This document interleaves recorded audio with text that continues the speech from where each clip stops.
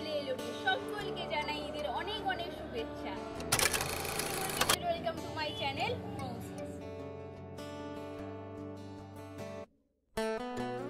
গ্রাম বাংলা আমাদের শহরের মানুষদের কাছে এই কথাটা, এই শব্দটা একটা ইমোশন। এখনো আমরা কোথাও গিয়ে গ্রাম বাংলাটাকে খুব মিস করি। শহুরে মানুষদের কাছে যাতায়াত ব্যবস্থা, যোগাযোগ ব্যবস্থা যতই ভালো হোক না কেন, কোনো একটা সময় গিয়ে মনে হয় এই যানবাহনের কোলাহল, এই কলকারখানার ধোঁয়া, গাড়ির ধোঁয়া, এসবের থেকে বাঁচার জন্য মনে হয় একদিন গিয়ে গ্রামে কাটিয়ে আসি। আর আজকে আপনাদের নিয়ে যাব সেরকম একটি গ্রাম। আজ আপনাদের নিয়ে যাব আমার মামা শ্বশুর বাড়িতে, অর্থাৎ বাংলার গ্রামের একটি গ্রাম পুরাশে। তাই পুরো ভিডিওটি স্কিপ না করে দেখতে থাকুন এবং পাশে থাকুন। এটা পুরাশের আমার মামা শ্বশুর বাড়ি। আধুনিকতার সাথে সাথে তাল মিলিয়ে অনেকটাই পাল্টে গেছে, কিন্তু এই বাড়িতে এখনো একটি ঘর মাটির বাড়ি অবস্থান করে আছে। মাটির বাড়ির দেওয়ালগুলো যথেষ্ট মোটা আর ঘরগুলো খুবই ঠান্ডা, যেগুলো এখনকার শহরের মানুষের কাছে এসির হাওয়ায় হারিয়ে গেছে। আর এটা হলো গ্রামের ডাক্তার বাড়ি। গ্রামে একটি ডাক্তারই অবস্থান করত, তাও আবার হোমিওপ্যাথি। ডাক্তারের একটু ওষুধেই সকল রোগী সুস্থ হয়ে উঠত, তাই ডাক্তারকে সকল গ্রামের মানুষ খুবই সম্মান করত। এখানে গিয়ে আমি একটা কথায় অবাক হয়ে গেলাম, ডাক্তার বাড়ির সকল মানুষ কলকাতায় অবস্থান করে থাকলেও এই বাড়ির দরজা গ্রামের জন্য সব সময় খোলা থাকে। জমিতে কি সুন্দর বাঁধাকপি চাষ হয়েছে দেখুন। আর পুরো ডাক্তার বাড়িটা আপনাদের ঘুরে দেখাবো। গ্রামের মানুষের যদি কোনো রকম আনন্দ অনুষ্ঠান বা কোনো অনুষ্ঠান হয়, তখন ডাক্তার বাড়ির দরজা সকলের জন্য খোলা আছে।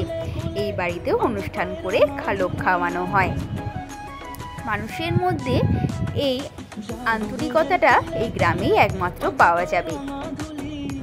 দেখুন কি সুন্দর একটি ছোট্ট ঠাকুর ঘর, আর মানুষগুলো না থাকলেও কি সুন্দর পরিপাটি করে ঘরটিকে সাজিয়ে রেখেছেন।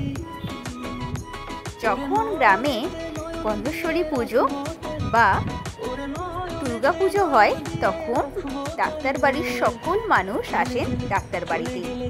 গ্রামের মানুষের কাছে এই ডাক্তার বাড়ির দুর্গা পুজোই খুবই আনন্দের। আর এই দুর্গা পুজোয় মাকে সোনার গহনা দিয়ে সাজানো হয়। পুরাশের এই ডাক্তার বাড়ির দুর্গা পুজো নাম করা, কারণ প্রথম গ্রামের পুজো এখানেই হয়েছিল দুর্গা পুজো। এঁচড় গাছটা দেখুন, নিচে অবধি যেন এঁচড় লেগে গেছে। আর এইগুলো হলো ধানের গোলা।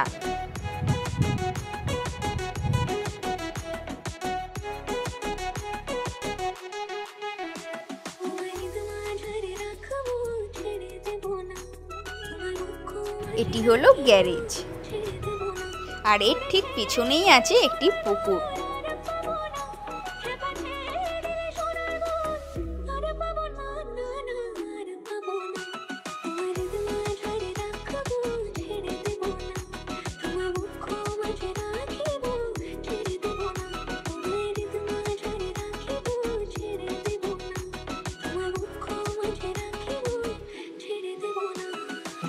এই ডাক্তার বাড়িটি 1358 সালের।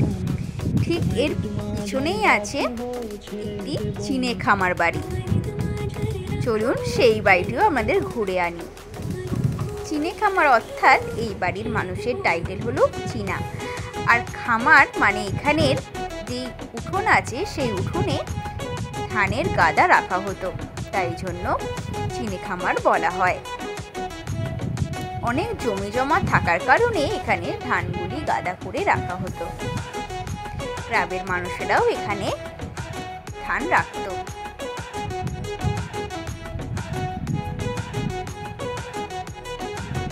এই বাড়িটিও নির্মিত হয়েছে 1372 সালে।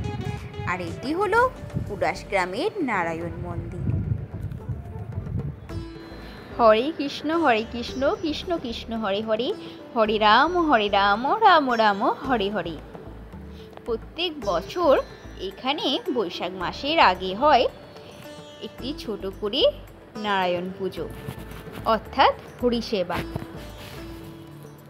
তারপরে বাইকে চেপে বেরিয়ে পড়লাম গোটা গ্রামটি ঘুরতে। আর বেশি কথা বলবো না, চলুন প্রাকৃতিক দৃশ্যর মজা নিই একসাথে।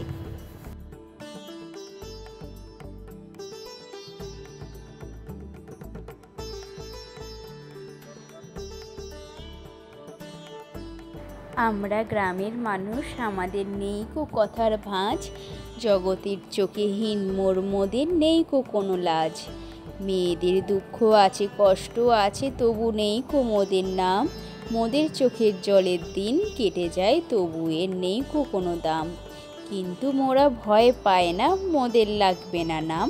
যেমন আছি থাকবো তেমন, করব নিজের কাম।